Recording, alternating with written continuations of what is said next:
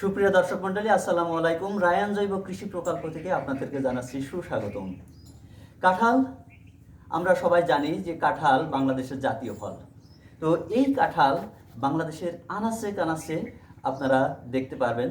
এই কাঁঠাল পাকার মৌসুম হলো এই জ্যৈষ্ঠ আষাঢ় মাস।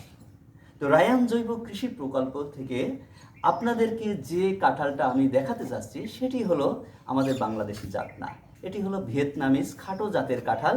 এটি হলো পিঙ্ক কালারের কাঁঠাল।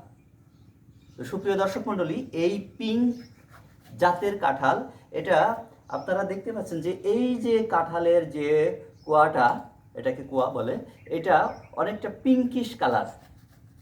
এই কারণে এর নাম হয়েছে পিঙ্ক কাঁঠাল।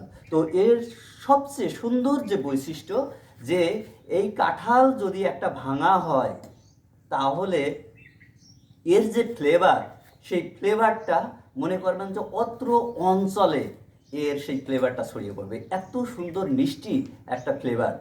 তো এই কাঁঠালটা অনেক সুস্বাদু এবং ফ্লেভারের দিক থেকে অনেক সুন্দর। আর এই কাঁঠালটা একবারে মানে হাজা মজা না।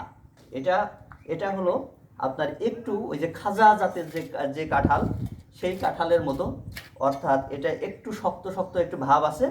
তো এটার অসম্ভব একটা টেস্ট,